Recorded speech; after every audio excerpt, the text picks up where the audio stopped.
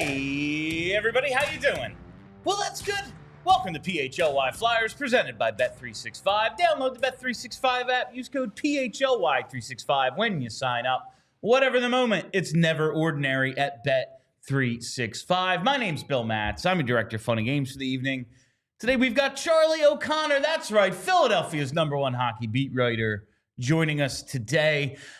Chuck, fun game last night, at least the final 10 minutes of it or so. Yeah. Was a good time. The overtime was fun. The overtime was great. Yeah. I was thinking watching that enjoyable overtime last night. Every team should be required to have one of their 3-on-3 staple guys be a chaos agent like Travis Konechny. Okay. Because like everyone in overtime is just trying to make the right decision. And like he's won plenty of overtime games with assists, goals, whatever. He's been effective in 3-on-3 throughout his career. He's a really good player. Like, there was that they run. Tend to be very good in all situations. There was that run a few years ago, like pre-pandemic, where it was like, all right, man, well, we have G, Jake, and Ghost, and they're like our guys. And then suddenly it was Sanheim with Couturier and Konechny, and like they won a bunch, but TK still goes out there, man, and he doesn't care. He's just doing whatever. And that just like, whether it's a rush the other way or he actually makes something happen for the Flyers, it's just a little bit more of like what 3-on-3 was supposed to be before the coaches all got their hands on it when TK's out there. Even for Travis Konechny, last night was him going full chaos agent. That line, I think John Tortorella even said it after the game. He said, that line created a lot of stuff. Didn't finish on anything, but they were doing stuff a lot. And there was one shift, I think, where Konechny had what really looked like two sure goals that he just was not even a tick off in terms of flubbing the puck. He just wasn't quite thinking the exact same way as his line mate, so he just like overran the puck a little bit. That's what you get with Travis Konechny. Sometimes he's on and he gets 5 points, and sometimes he's just a little off the deep end and just is a little bit off. And I think last night he was just a little bit off. Well, like, you know, it's as you stated in the press conference yesterday. Listen, dude's going to finish with like 90, 95 points if he stays healthy. Like that's what he's on pace for. He's playing great right now. A great year. It was just, I'm watching him in overtime. I'm like, this is what it's supposed to be. Just a bunch of people running around, not making any sense. And he made it a little bit more fun. But the Flyers do win in OT. But the big story yesterday was a few hours before the game. Danny Briere had his mid-season press conference, pre-trade deadline, pre-Four Nations, whatever you want to call it. It was the mid-season. It was the mid-season. Yeah. We were told, because we had been asking for Danny for a few weeks, we were told he's going to talk at mid-season. He's going to talk at mid-season. Obviously, now it's game 48, but close enough. Yeah, well, here we are. And we got some pretty decent information out of him. I'm going to agree with some of it. I'm going to take umbrage with it. It's a lot of like, okay, well, how do you interpret this? Like, what do you think he actually means? I would agree with that. But we started with a lot on the goalies yesterday. And you wrote an article, and it focused primarily on his comments about the goaltenders and what Sam Ersson has been doing. Most of my questions in the press comments were about the goalies because in the end, I know that everyone is very focused on the long term, and I get that. But in the here and now, the reason why this Flyers team is not in a playoff spot, this Flyers team, is the goaltending, and I wanted to see how Danny Briere would react to that, how he would present the performance of the goaltending, if he would be critical of them, if he would defend them, if he would go somewhere in the middle. And he mostly went on the defending them side, and I would say. When we talk about the dynamic of this like organization, front office, whatever, John Tortorella, when asked, like he has been maybe not like overtly critical of the goaltenders. Oh no, but what he's trying to say. Yeah, like he gets his point across. Yep. Like actually, Skater's been good for like 2 months, and we're getting saves. Imagine that. What do you know? And now we can't lose. and listen, fair, because the Skaters, we've said, like, I don't. Over the last month, like they've probably outshot their opponents like 500 to 250, and they're 500 in that time. You know, like we know it's a lot on the goalies. And a couple of weeks ago, you wrote the article like it's the goalies, stupid. Like, yeah, you're right. Just saying, everyone was real mad, and I just wanted to set a reminder here that I get that everyone's angry.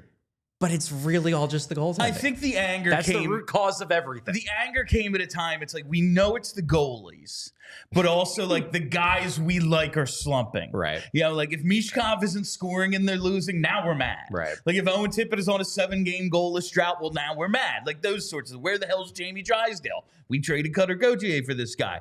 All of a sudden, those dudes are playing well. I'm like, oh, well, I'm not as mad. And the goaltending's been better. Complimentary, like. We have some goaltending See, this now. is where I disagree. Whereas I go back to it's always been goaltending, always has been. Yes, I believe that you would pass a lie detector test if you were to be asked, well, are you angry? Are you happier now because Michkov is scoring more? And these guys, you'd be like, yes, that's why I'm happier now. But in reality, you're happier because the goalies are making more saves. And as a result of that, they're winning games. And when the team wins, you're generally happier. It certainly makes the games more competitive, easier to watch. You're not just waiting for like, well, yeah, they're playing great. As soon as the other team gets a shot on net, though, they're going to lose. Like, you're not waiting for that. And my contention for a lot of it was, well, if the whole point of this rebuild is we're going to play competitive games, blah, blah, blah, do all that stuff, and that's going to turn them all into winners, you're not playing competitive games when you're giving up seven a night. Like that's really hard to do. So even though it is all the goalies, it's affecting everything else in my mind. But here we are, goalies making saves, and it's not a shock to me given the coach's inability to really disguise his true feelings, that the general manager, a bit more measured of a man, and Danny Briere, would be like, yeah, listen, no one's going to sit here and tell you the goalies were great, but also there were a bunch of other problems, and that's kind of how we started yesterday when addressing the goaltending situation and where the team really just like is in the here and now. Because there is, like, yeah, we're all, hey, man, how did they get a 1C for Michkov's prime? That sort of stuff. That's what matters. But the here and now is happening. Like, we're watching it every single night. It does matter. It does matter. And Danny did have some explanations for that. He said, like, you know, it's not all on the goalies. They're still very high on Sam Ersson. And I think we should start with Ersson because he's been pretty freaking good. I've been critical of Ersson. I still just don't know if it's the smartest idea in the world to be piling the workload on him as they are because he's been hurt 3 times already. Mentioned that. Yeah. But he also said, hey, Torts runs the roster. So there was that bit of he comes up with the lineups. I just rubber stamp it. I just, you know, I'm managing the roster, and he decides who plays and then where the goaltenders are in the hierarchy and everything. But he had some really good, interesting stuff to say about Ersson, and it's funny in your article you stated the thing we talked about last night. Right, Danny sees himself in Sam Ersson, which is wild because it's a goalie. But that whole comment about him saying that he's like a scrappy little forward who just doesn't back down from anybody. It's, Danny, you're talking about yourself here. Like, you obviously are talking about yourself. And maybe it's a personality thing because Ersson does have that same. You talk to Sam Ersson and he just seems like a genuinely nice guy. I wrote an article at the beginning of the year, you know, leading into his season, because obviously he was a big part of whether the season was going to go poorly or go well. And I said that the one thing that sticks out about Ersson is that for a goalie, he is shockingly normal. that his teammates are used to dealing with crazy goalies because that's the stereotype of the position. And in this case, I think stereotypes exist for a reason where goalies tend to be a little off the deep end. Well, Sam Ersson, everybody I talk to is just like, yeah, he's just like a normal guy. You know, he listens to music, chats with everybody, makes jokes, hangs out. He's just a normal guy. Danny Briere is also the kind of person who just is basically a normal guy everybody likes. He's a very likable, genuinely nice person. So maybe that's part of it. But then there is the flip side of the competitiveness. And obviously Danny Briere, a very competitive person. We saw that when he played. We haven't necessarily seen it as much as him being the general manager, just in terms of him showing it.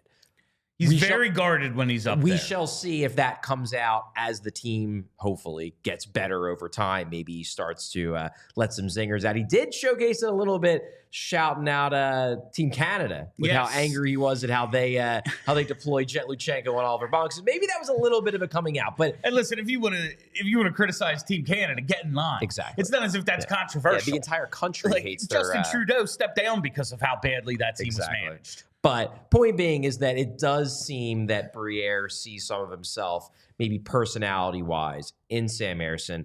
Now, could that mean that he's maybe a little biased in Ersson's favor? Maybe, and that could be a mild concern. That said, Ersson's been real good recently, and that was the point that Briere made in this presser. Basically said, look, his numbers aren't great for the full season, but he has been injured, and he believes that Ersson's the kind of guy that needs to play himself back in a rhythm before you really start to see who he truly is. Really, especially since the, if you want to go back to post-holiday break.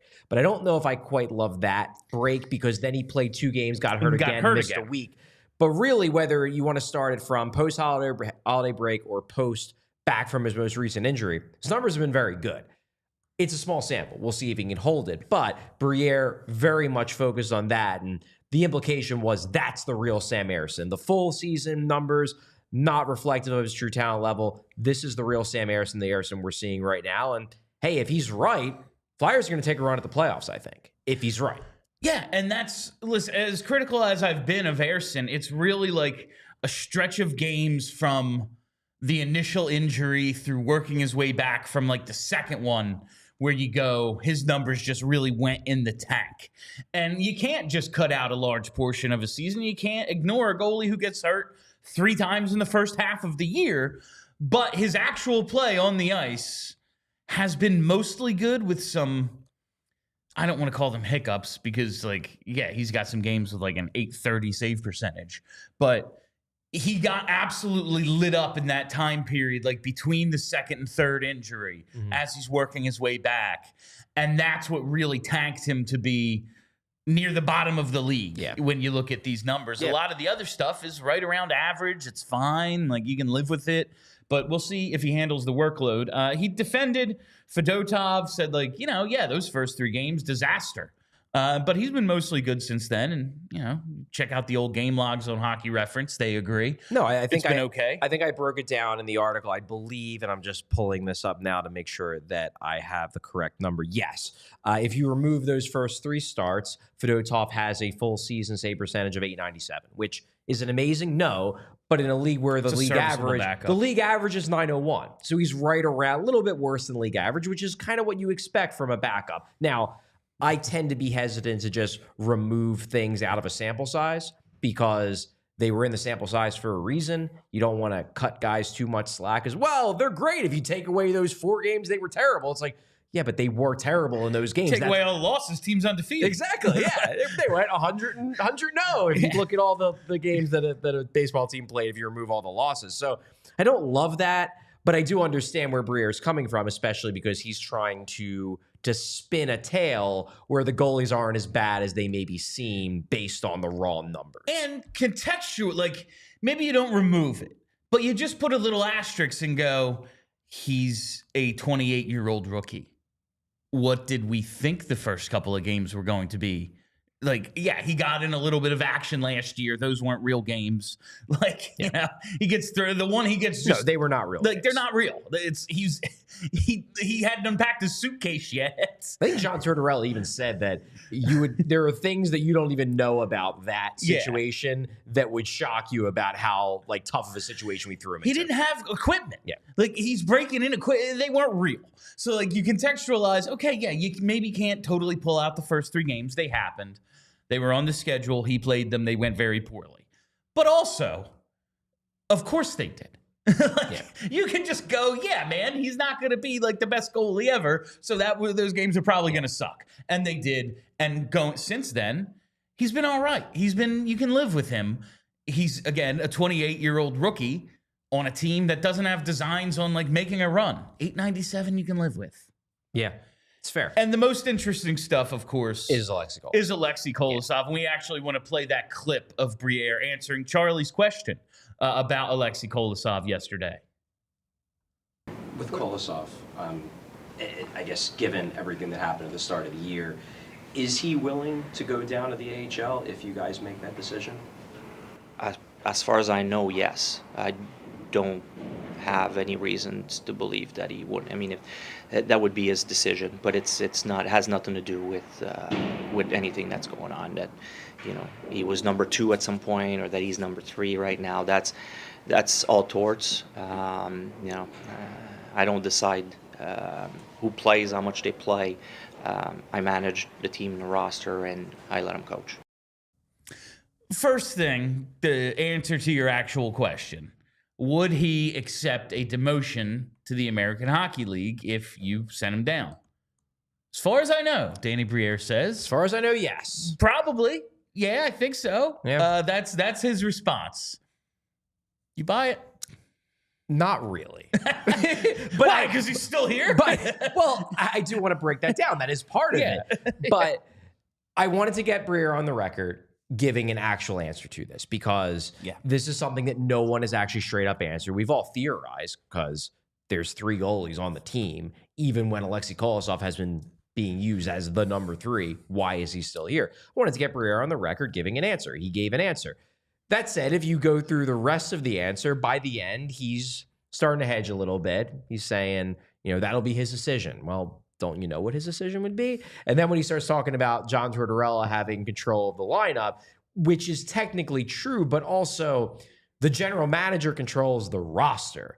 And this is more of a roster decision than a lineup decision, because the lineup decision has already been made by John Tortorella. His lineup decision is that Aleksei Kolosov is no longer in his lineup. Now, this is a roster decision of, do you want to keep 3 goalies? So this one is on Danny Briere. And that's where, like, all right, we think so. He'd probably take it. Well, like, he's under contract to your team. He's the number 3. Teams carry 2. Why isn't he down? All right, I'll take you at your word that you think he would accept it. Why isn't he down then? Exactly. This leads me to think, like, Danny might think Aleksei should get a little more playing time than he's getting, or if we're gonna I'm rostering the 3 goalies. He's got the option. He's just not taking it. He being John Tortorella, like, a little bit of, I don't want to say dissension or whatever, but just a little bit of a difference in how they think this should be handled. I don't know. The fact that he said it that way was like, does he think Kolosov should be, like, I mean, listen, I think so too. I think they should be rotating all 3, but that's clearly not what's going on. Bill, that's an interesting interpretation, because it's not one that I took, but I do think you can justify that interpretation based on what Danny Briere said. This idea of, hey, I don't make the lineups, but I gave him the guy. Yeah. I'm keeping him there because I want him to get playing time in the NHL. I just personally don't buy that. Okay. And here's why. The general explanation that we got from Briere as to why they are still carrying 3 goalies, this was yesterday, was essentially, and this is the explanation that Torts has given us too, is we're still concerned about Sam Ersson staying healthy. He's gotten injured multiple times this year, so we're essentially keeping Kolosov for insurance in case Ersson gets banged up again. And that is a nice thing to say at first glance. But when you scratch the surface even a little bit, it doesn't make any sense. Because here's the thing. That would be a great, and I think it probably was the explanation, that would be a great way to explain why Fedotov stayed as the 3. Because their view was, we're keeping him on ice. You know what? He's not waiver exempt. Yes, he probably will clear. But is there a chance he gets claimed? Sure, there's a chance. And if he does, then we're stuck with Cal Peterson being the guy that we call up if Ersson gets banged up again, and we can't trust that he'll stay healthy. So we're keeping 3 goalies. Kolosov is the 2 because Torts likes him better than Fedotov, but we don't want to risk losing Fedotov. I would be totally fine, and I accepted that explanation. He's here for insurance for Ersson. I got that. It doesn't make sense with Kolosov because Kolosov is waiver exempt.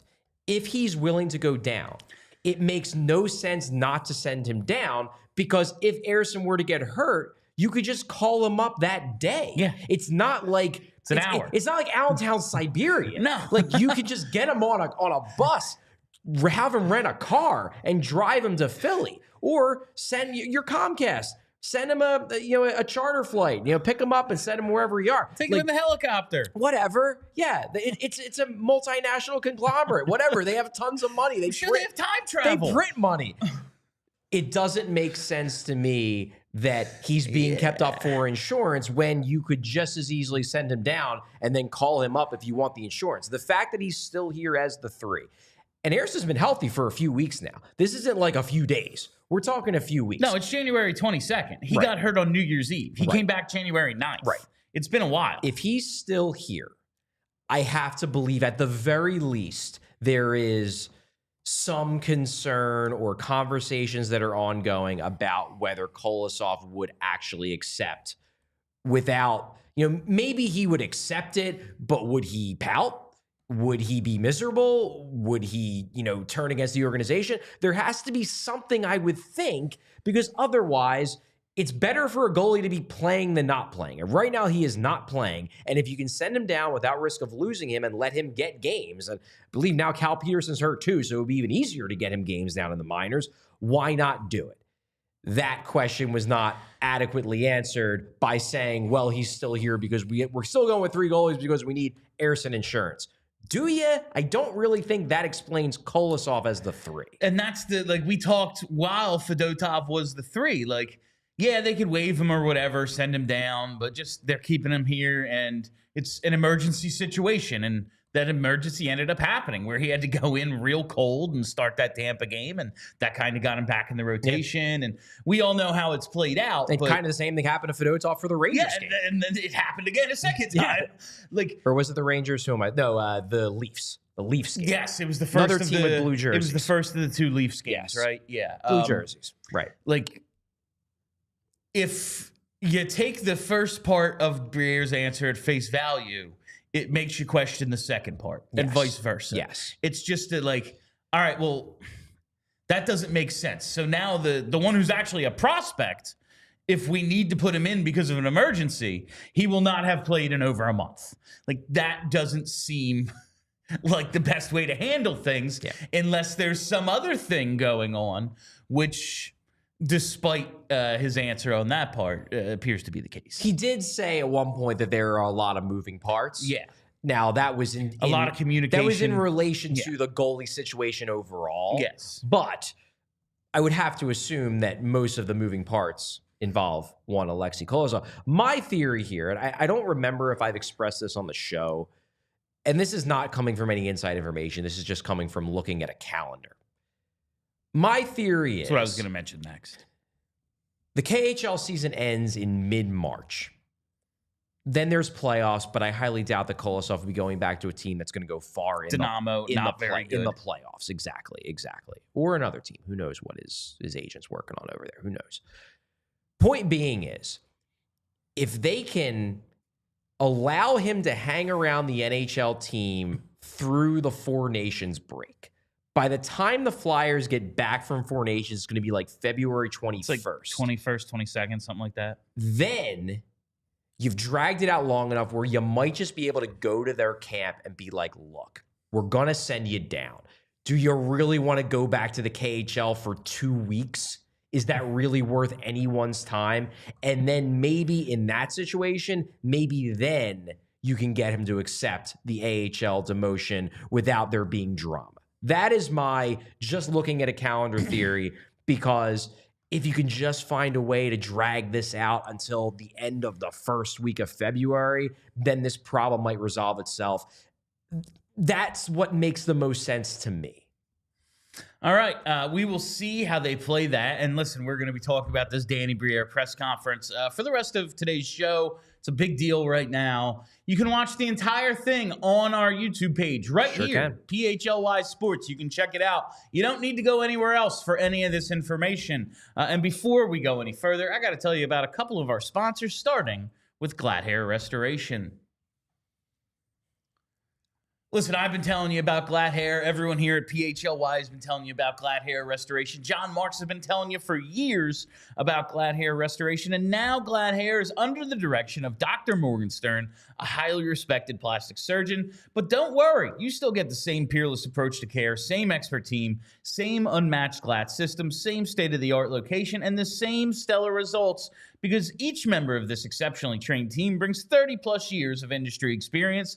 Hair restoration is all they do. From laser light therapy to non-invasive TED treatments to vitamin supplementation plus medications, PRP and stem cell restoration, and hair restoration surgery. And each patient receives a complimentary one-on-one consultation to pinpoint the best course of treatment, because not everyone's hair is the same. Not everybody is in the same stage of hair loss.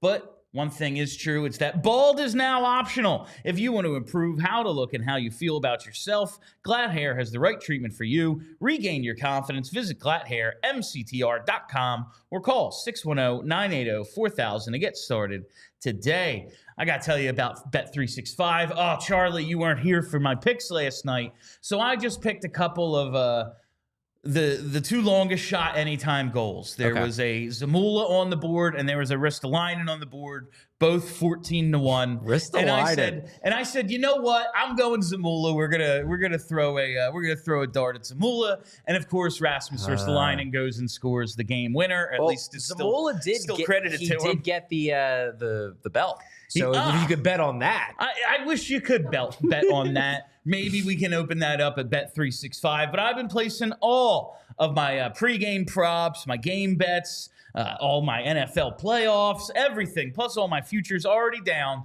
at Bet365. And we have breaking news from Bet365. New customers now get $150 in bonus bets when you bet just $5. Win or lose. Sign up. Use code PHLY365. Deposit $10. Place a bet for $5. And then you get $150 in bonus bets, whether your bet wins or loses.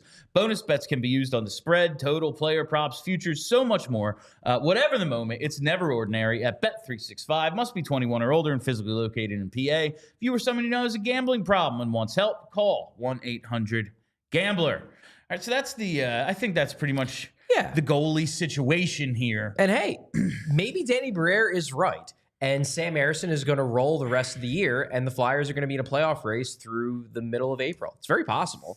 If he keeps playing this well, they are not going to fall out of the playoff contention. They won't. They're not. No. Because they're playing well enough in all the other aspects of their game that if the goaltending is just average, they're going to hang around. If the goaltending is actively good, they could still make the playoffs.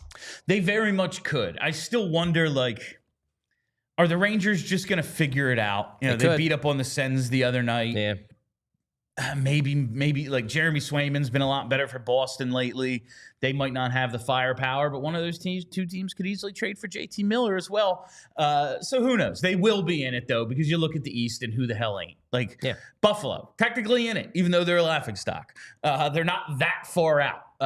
So we'll see. A lot of teams to jump, but they're playing a lot of those teams right now that are kind of in that muddled middle, as you referred to it. So indeed, hey, they keep winning. They could very much find themselves, even by Four Nations, still in this thing. All right, is it time to pivot to the future? Yeah. Now we've got what people really are into. At least I think most of the people that follow us closely is what is Danny going to do in the future with regards to the rebuild? Well, that's of course, you get credit for a watch after you hang in for so long on YouTube. Well, we get the credit now. We can actually tell the people what they want to hear about. The goalie stuff is just filler. The goalie stuff is very important. It's very important, and it's interesting because, I don't really know what's going on, and it's hard to.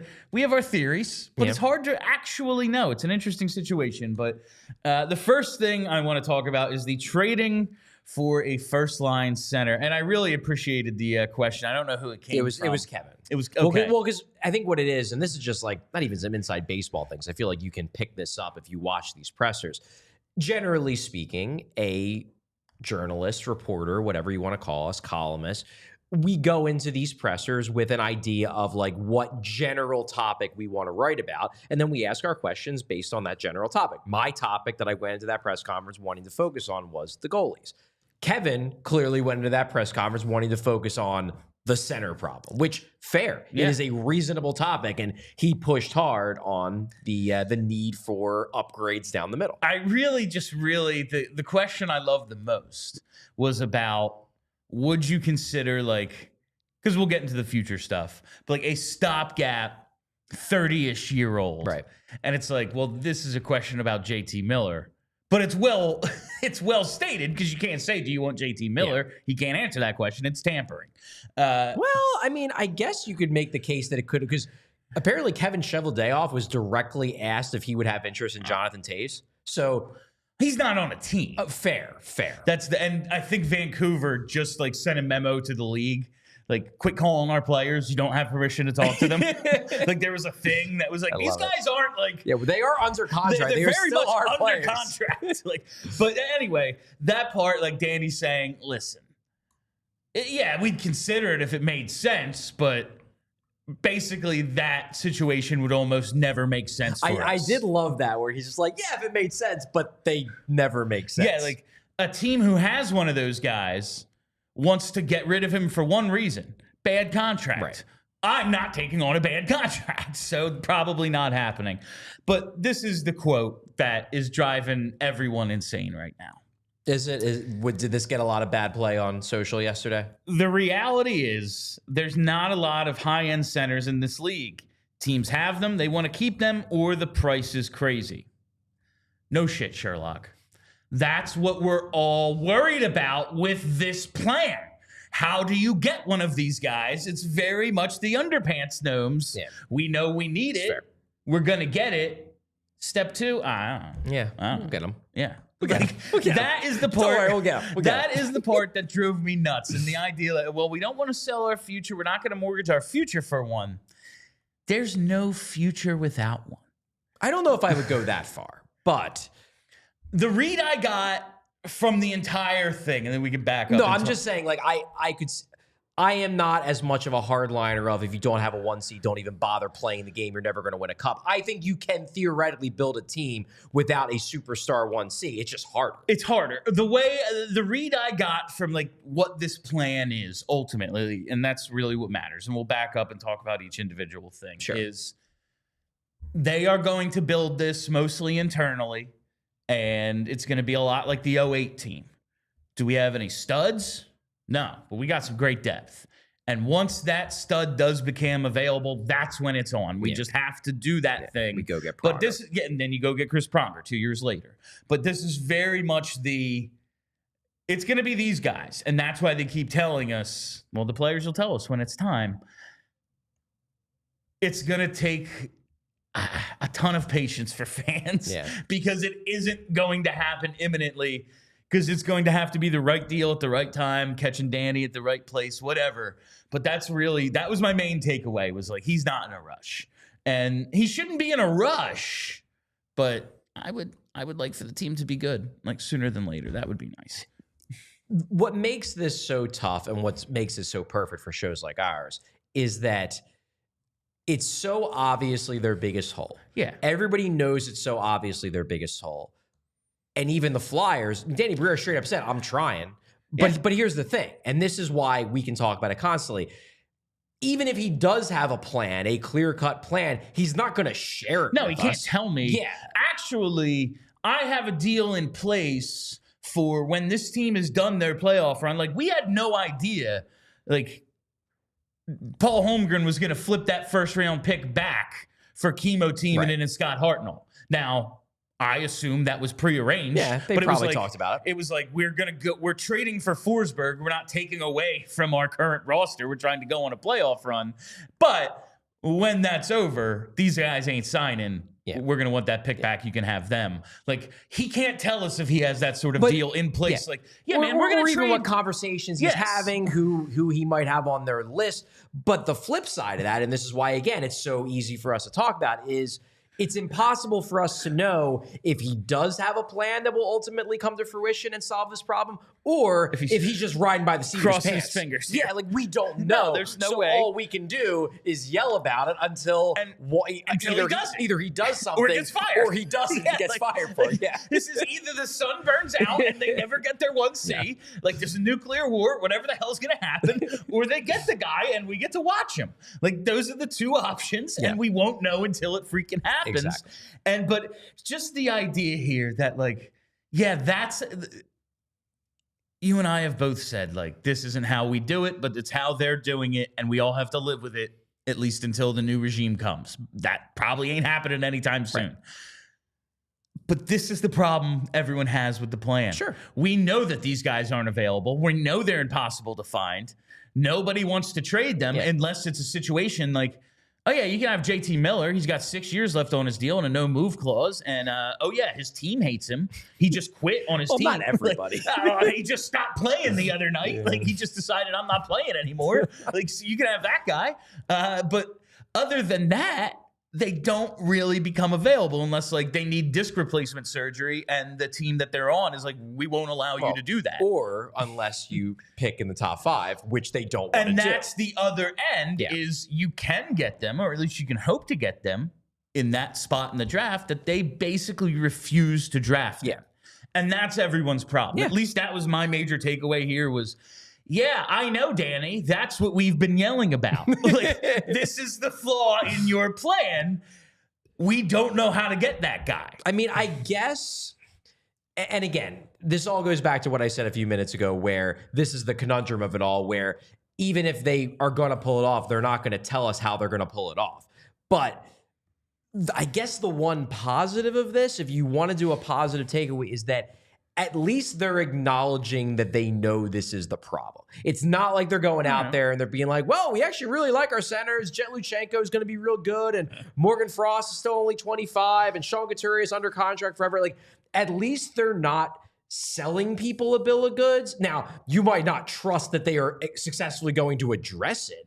But at the very least, they're not trying to act like there isn't a problem. That is a positive way to look at it. I will accept that, like, at least like the first step of solving a problem is acknowledging there is one. And at least it's not like, now that's not the only step. Actually, Ryan, look at like we got a whole bunch of guys who were first round, like 2 of our 4 centers were first round picks in 2017, you know? Like, and they're like a 3 and 4C. But it is a necessary first step, so that's important. That said, like, now we have like, to if you get to that middle step. You know, it's great if you acknowledge, like, yes, I'm an alcoholic. And then say, yeah, but I'm going out to the bar tonight anyway. Like, acknowledging the problem is an important first step, but it's only the first step. Then you actually have to do something, which they have to do. Collect underpants. Profit. Yeah. That's what it feels like right now. And it will feel like that until they make a move. Until they get a guy or they don't. Yeah. And then we'll have to see if the next guy can get somebody. He's going to be continuing to be asked about this, rightfully so, at every single one of these pressers, and his answers are going to not satisfy anyone who has skepticism about the plan. It's just the reality of the situation. It wasn't even because I'm skeptical. It's because you just said what we said the problem is, Danny. We can't trade for them. They don't hit the free agent market. You can only draft them, and you don't seem interested in drafting them. Well, they are drafting centers. They're just not drafting guys who have a super high likelihood of being the 1C that they need. Not the guy who, like, yes, you can find Jeff Carter, Mike Richards, Claude Giroux in the middle end of the first round. Can you find Nathan McKinnon? No, I don't know. No, but I guess that's where I maybe differ from you a little bit, that given how good I think michkov is, or already is and is going to be, if you could promise me that the Flyers could find the 2020s equivalent of Jeff Carter and Mike Richards, I would say that's enough. I think they can win a cup with that. I do. I just don't even know if they're going to find them. No, my hope right now is like Jet Luchanko. I mean, if you played like Mike Richards today, you'd be out of the league. But like Jet Luchanko has a similar impact of a Richards, where when you take his two-way game and then you put him with like Gagne and Knuble, oh yeah, he's like close to a point a game player, and then you find another dude who's equally as good but in a different way. Yeah, you could do it on depth. Yes, you could do it on depth. I do believe that, but because of how highly I think of Matvei Michkov, and like if Cates, he's your superstar, and if Cates is this, right, and he's your like, right, then I think it's doable. It's doable, but we don't even know if they have that. Yeah, we don't like. 2 of the 3 guys I just mentioned are completely hypothetical, and the third is, I don't know, he's on a nice little run. Yeah. I hope this is no cases. That'd be awesome. Because we were talking about Jet Luchanko and everything, I do want to touch on his discussion of the prospects. He's getting his licks in on Team Canada about, he really did, about Jet Luchanko getting almost no ice time. I'm excited to interview Brent Flair because Brent usually gives more than Danny, and if Danny gave that much, I can't wait to hear what Brent has to say about their thoughts on Hockey Canada's World Juniors planning. The Bonk stuff was like, I don't know. They were using him in a role that we wouldn't use him in, but he had a big role or whatever. It was weird for us, whatever. But Luchanko, I don't know what the hell they were doing. Like, he didn't play at all. And like in the role he was in, he was fine, but he's the best skater on the team, and they refused to use him. Now you can debate that first part, like I think as much as you want. he's probably the best skater in terms of skating ability on Team Canada. Yeah. Was he the best skater in the tournament? He said in the maybe. tournament specifically. On Team Canada, I think, yeah, But- I would say so. A lot, and this led me to question, like, this is something that's come up for us a couple of times. Like this team's hole at center, like, okay, well, you got to pencil in Jet Luchanko. And we got some stuff about that in the mailbag yesterday. I do want to get to some mailbag questions at some point, but didn't include this one. But it's like, well, if Jet's here, where does this guy and this guy fit? Like, what becomes of Paling, Couturier, whatever? I am not as sure as I was. And you've said this recently, like, trade deadline came and went. Guelph held on to him. To Luchanko. To Jet Luchanko. Yes. They'd name him captain at this point in the season. It's true. These are moves of a team that is at least somewhat expecting this guy to be there next year, no? It's a reasonable point. And I don't know. Look, they're going to give Jet Luchanko the chance. Sure. In camp. And we already saw John Tortorella freaking loves this guy. So if John Tortorella has his way, Jet Luchanko is probably going to be the team unless he flops. And I don't think he's going to flop because he's going to bring all the same strengths that he brought at this last camp, except presumably he'll be a more complete, better all-around player because that's how development usually works. That said, clearly Guelph thinks there's a chance that they're going to get him back, and maybe more than a chance. I'm just going to wait and see on this one. Was there any other prospect stuff that you thought was interesting, worth bringing up? I thought the mentioning of Helge Grans when he mentioned Andre and McDonald. Yeah. Seems like the way that was part presented, of the group. The way that was presented, it sounded like Grans maybe they think is a bit closer, which makes sense. He's already played in a couple NHL games and looked pretty decent in them, to be honest.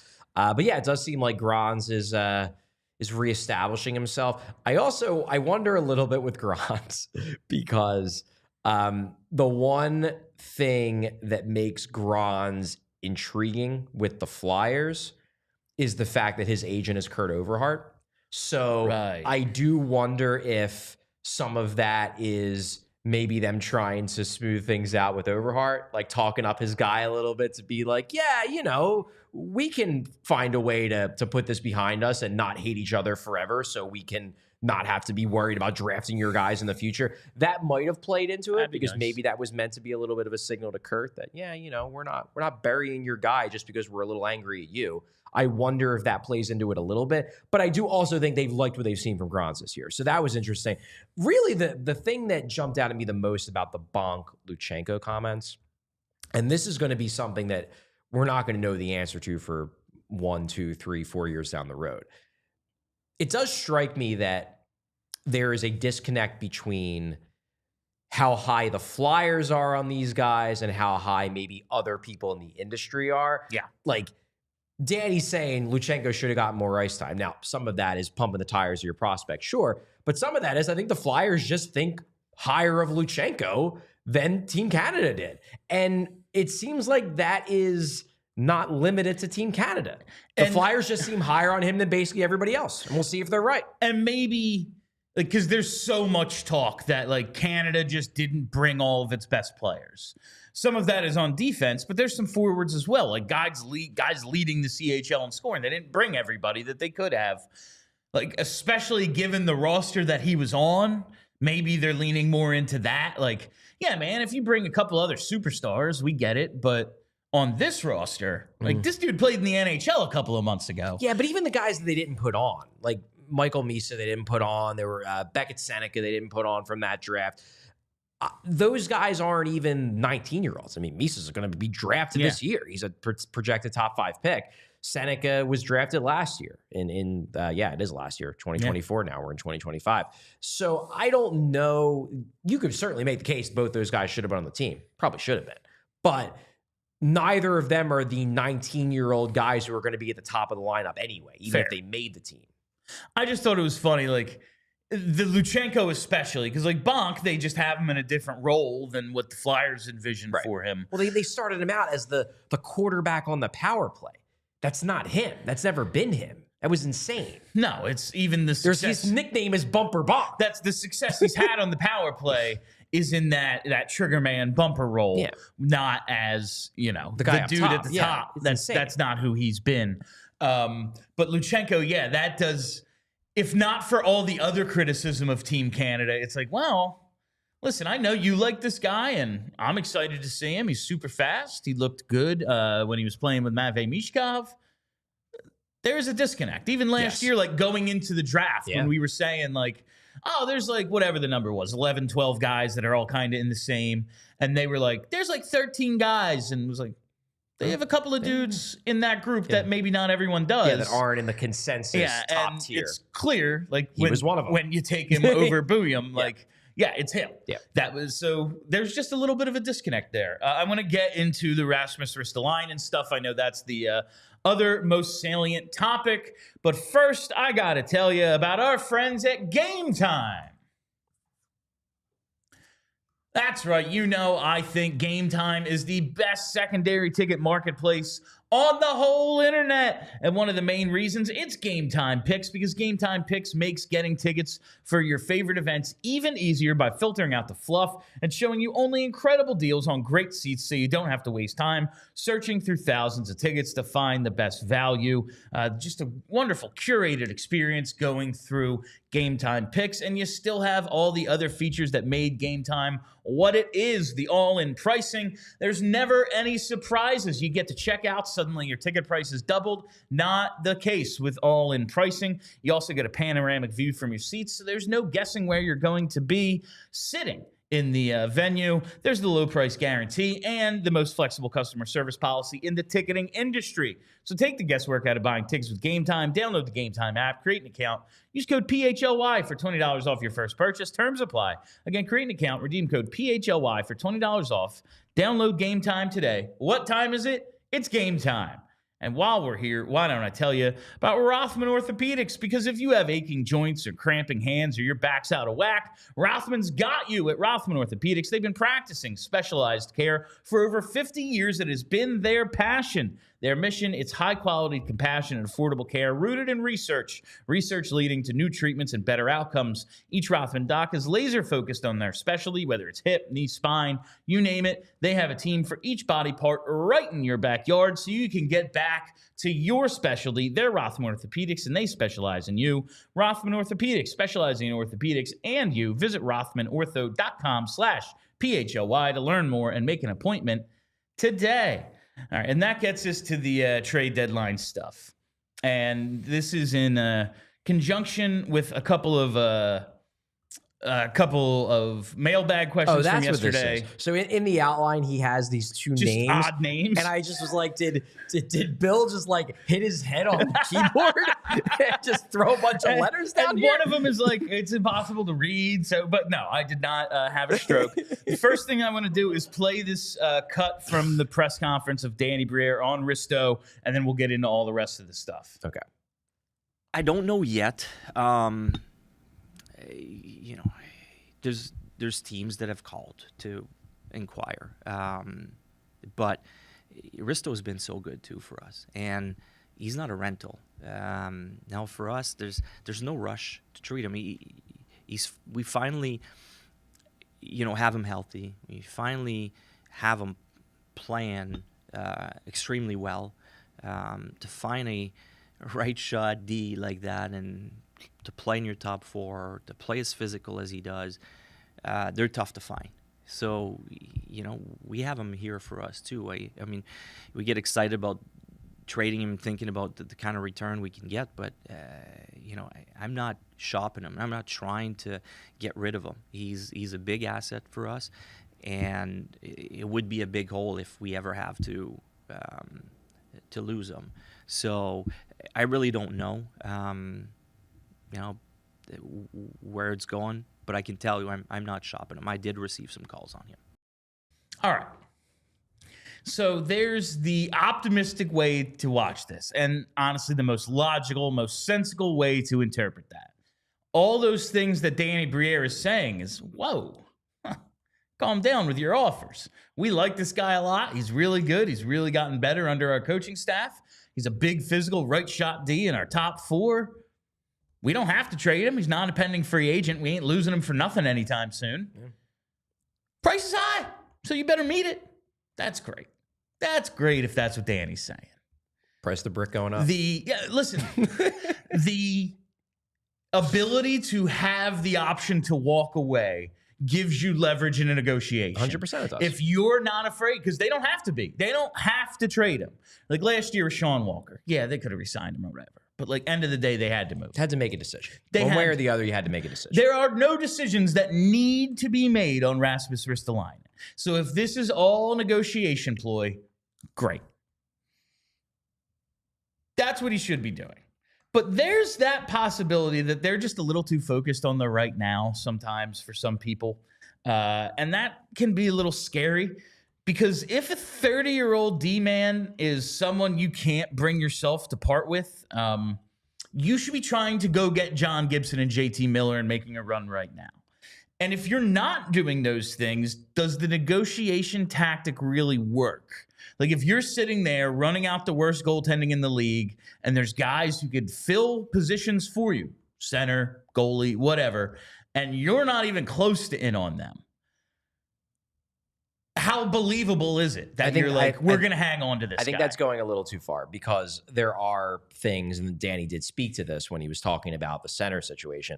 There are things like AAV, contract length, that keeps you out of the JT Miller sweepstakes because it just doesn't make sense for what the Flyers are doing. Age. If they could create a center who was available for not a crazy price, who was 33 years old with 1 year left on his deal with a $6 million cap hit that, isn't going to go get crazy expensive despite the fact you'd have to be bidding against every other team in the rental market.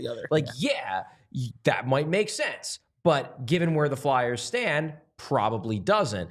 I don't think that the fact that they aren't buying makes it tougher for teams to buy that they're serious about keeping Risto. I don't think so. That said, I do think you make a fair argument that keeping him might be signifying that you're a little too focused on the here and now. I think that's a fair point. I just think you go a little bit too far with making the case that if they're not buying, then no one's going to believe that they'll actually keep Risto. And buying, it doesn't have to be JT Miller, but that would be my response. Like, oh, so you guys are in on like Gibson and Miller, like filling your actual holes. Also, you might not be in on Gibson just because you don't think he's that good. Well, anymore. Yeah, that's there's that too. He's having a good season, but he's been like pretty bad for a few years, several years. Yeah. I see Danny Briere throughout this thing, like for the future. The organizational philosophy hasn't changed. It's about the future. The future is still the key. Future. If all of that is true, then you should be actively shopping this guy. Like, you can say we're taking calls, but we're not shopping him, and I guess that means the same thing. But it should be an active attempt to be trying to shore up the future when this guy, no matter how good he is for you right now, is not part of the future based solely on age and price. Like, yeah, man, and by the time you're good, he's going to need another contract. You ready to give him $7 million at 34 years old? Let's not go that far. I guess to kick things off, I will, if you haven't read my story on PHLY, allphly.com, where I laid out what I would like the Flyers to do, please do, because this is coming straight from that. Before we start, I will say I think the Flyers should trade Rasmus Ristolainen. I am of the opinion that I would even trade him away if no one offers up a first-round pick. I would be fine if they gave me a second. I would trade him because my view is that is the right move for the Flyers for multiple reasons. That said, I don't think it is insane. It's not something that I agree with, but I don't think it is insane or crazy or a betrayal of the rebuild if the Flyers say, yeah, he's got 2 more years left in his deal. We don't need to trade him now. We can keep him. We can theoretically move him in the offseason. We can move him at the deadline next year. Heck, we can move at the deadline in 2 years if we really want to. We have time. We don't need to rush into moving him. That is true. That is 100% true. My reason why, it's really 2 reasons why I would trade him now.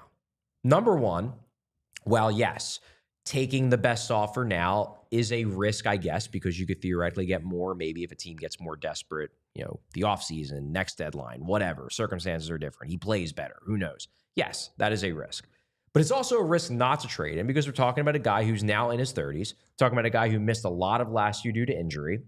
We're talking about a guy who has shown the propensity to get banged up. And hey, look at Sean Couturier. If he gets banged up in the wrong spot, then he comes back, then he's over. He's lost something physically. Maybe he's not bad, but he's not as good as he is now. Right now, you have a guy who teams want because he does have 2 years left on his contract. That, for a lot of teams, will add some value, but also he's playing the best hockey of his career. Who knows if he's going to be playing the best hockey of his career in a year? So to me, this is an ideal opportunity to cash out on a guy who 2 years ago, you didn't think anybody would take. Number two, and this is equally as important, I see guys in their organization that are getting close to being NHL ready, and I want to start clearing some spots. They've got 4 spots locked up for the foreseeable future in Travis Sanheim, Cam York, Jamie Drysdale, and Nick Seeler because he re-signed. It's only 2 spots available. If you keep Risto, that's only 1 spot available. You have, in my mind, 3 guys, maybe 4 if they're suddenly now real high on Helge Grans. You have 3 guys that are close. You have Emil Andre, who is NHL ready. Now, granted, different type of defenseman than Ristolainen, but it would clear out a spot. Right now, there's no spots. We're not even talking about style. We're just talking about spots. Emil Andre is NHL ready. He showed that. He can play in the NHL. So he's 1. Hunter McDonald is stylistically comparable to Rasmus Ristolainen. He's basically the same guy, except left-handed instead of right-handed. And you could maneuver that. Like, can't be like, well, you can't trade Risto because Hunter McDonald's a lefty. Like, no, you can move someone over to the right. It's not that big of a deal. Every team has a lefty playing the right side. Exactly. He's coming, and he's not that far away. He's 23 years old, I believe. He's close. And then you have Oliver Bonk, who, yes, he is in juniors still, but he turns pro next year. And based on the people I've talked to in the organization, they don't necessarily think he's going to have to spend a lot of time in the AHL. Probably not going to make the team right off the jump, but he could be ready mid-season next year, and he is a right shot. You got 3 guys that are coming. You got to clear spaces eventually. So why not clear the space now when the guy is at peak value because he's playing really good hockey? That's my view of the situation. And as we talked about, I think what it was 2 days ago, whenever the last time we did this, like Sanheim and York, barring a big offseason move with York, like gonna be here, Drysdale, I guess they could move on, but I doubt it. Seeler signed up forever. They chose to keep him. Yeah, like they made a point. I guess they could theoretically choose to get rid of him, but why would they when you just chose to keep him less than a year ago? A year later, you move on from, I don't know, that seems odd. I guess maybe he could eventually become the 7 or something, and like Hunter McDonald takes that role, but yeah, that's down the line. It's down the line. But like, he's still a good defenseman. He's playing well. Yegor Zamula, they seem to like him than the general fan base. More like he's going to be around probably. He would be the only guy. The guy you could keep but move out. If you keep Risto, Zamula is the only guy that could clear a spot. And they haven't shown any inclination to move him. So we're talking about like 1.5 spots for 3 guys. Yeah, like maybe. Maybe. For 3 guys who are going to be ready sooner than later. So you got to believe. Which is why I have to believe that a lot of this is posturing on Danny's part. That he knows on some level. He's talking up Helge Grans that, he's playing real well. He's a right-handed shooting defenseman who could very easily slide right into that role. If you're too scared because Andre makes you too small for a playoff push and he's a lefty who's small and an offensive, bring up Grans. He's already played okay. Like, I don't think that, and I guess this is also something that plays into part of it. I don't think that, and I've liked what I've seen from Ristolainen. He's playing well. He has turned himself into a legitimately useful second-pair defenseman. I don't think trading Ristolainen kills your chance at the playoffs. I don't think it really does it decrease your odds a bit? Sure, because he's a good player. But I don't think it torpedoes your season. I don't think it has the same effect the Sean Walker trade I don't think so either. And also, like, listen, it's weeks away. Things could change. The entire defense was also hurt at that time. Exactly. Like, not only did you not have Sean Walker, you also had nobody else. So maybe that's it. Just has a little bit. It less might kill your chances if you didn't have guys in the AHL that are ready. But you have Grans, you have Andre, you have McDonald. If you really want that toughness back, I'm not that scared to do it, to the point where I think if you trade him, you have no chance of the playoffs. All right, before we wrap up today's show, just want to say we appreciate those of you watching on TV. Head over to allphly.com for more of the show. I want to get in this one thing on Laughton. We've talked this issue to death. It's fine, but we got an interesting question yesterday from Brian Phelps that I wanted to get in. I answered it during post-game, but I kind of wanted to hear what you had to say about this, because maybe you'd be able to put it together better than I could. Okay. If Laughton is so conducive to player development for the Flyers, then why have their draft picks not developed well prior to the Tortorella regime? Why do the Flyers need both of them? Tortorella and Scott Laughton being both, I assume. I mean, that feels a little bit more like a gotcha question than an actual question, because it's just trying to be like, well, then get rid of one of them. Who cares? I don't like either of these guys. But I would say that, in all honesty, I think a lot of guys have developed pretty well over the last few years. I mean, I think there was a halt to development under Alain Vigneault. I do. Travis Konechny stopped developing for a couple of years. Also, Scott Laughton has developed into more of a leader over these last few years. Like, do I think that when Scott Laughton was 24, he had the same leadership role in the room that he has now? No, I don't. So it's kind of dovetailed with the hiring of Tortorella, with Scott Laughton having this kind of cloud in the room to be able to have an impact on the culture. He's also, and I don't want to be crapping on Claude Giroux here, but Claude Giroux drove the culture when he was the captain. The entire culture changed when he left just because there was suddenly a void. And then guys like Scott Laughton stepped into that void. That was basically my response. Like, well, one is the on-ice teacher. He's a guy who loves teaching. You can say whatever you want about Torts. Clearly loves to teach.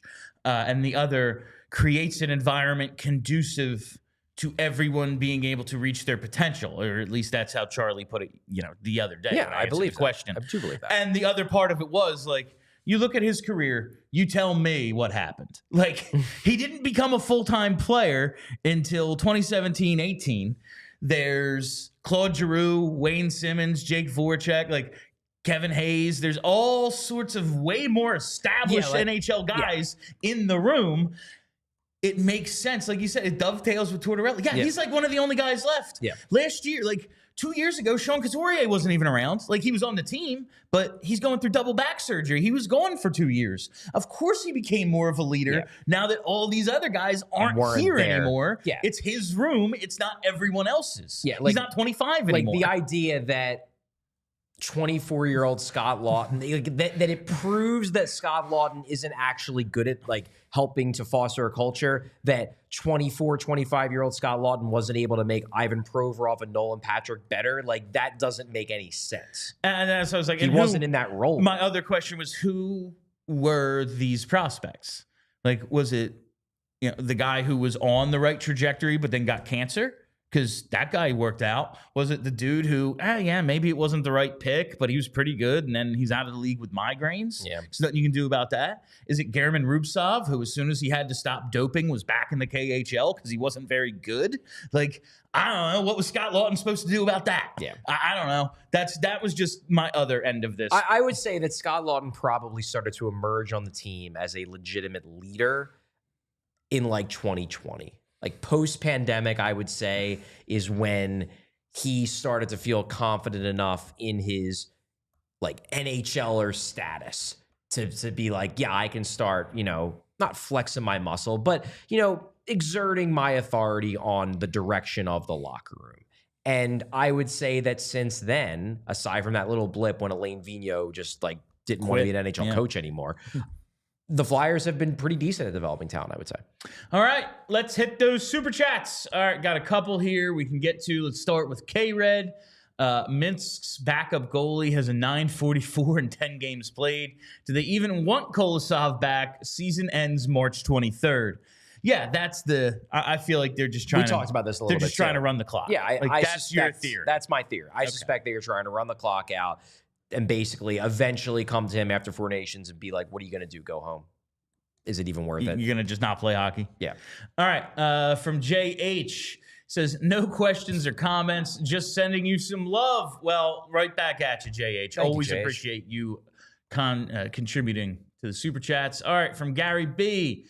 Can Jet Luchanko play for the big squad come the end of the season after this season Gary, ends? I actually don't know the answer to this. What I know for a fact is that Jet can come back and play in the AHL. Because that I found examples of a guy after he has to wait until number one, his OHL season's over. Number two, his OHL team is out of the playoffs. They have no more games. Now, Guelph isn't very good, so even if they make the playoffs, they're probably losing in round one. They were a sellout. I have found examples of guys then, after their season is over, coming over to play for the AHL team. I haven't found an example yet of a guy who came over to play for the NHL team. Because college kids do it all the time. But that's different because they're signing a contract. Yeah. They're giving up all their eligibility. It's just a different situation. Because everything with the CHL and the NHL is governed by that CHL-NHL agreement. I just don't know what the details of it are.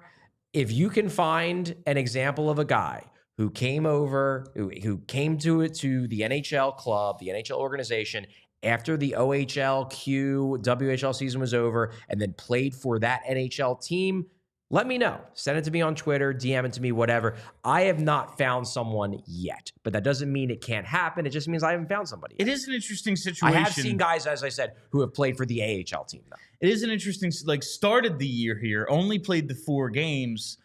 If I had to guess, my guess is he just can't play 6 games.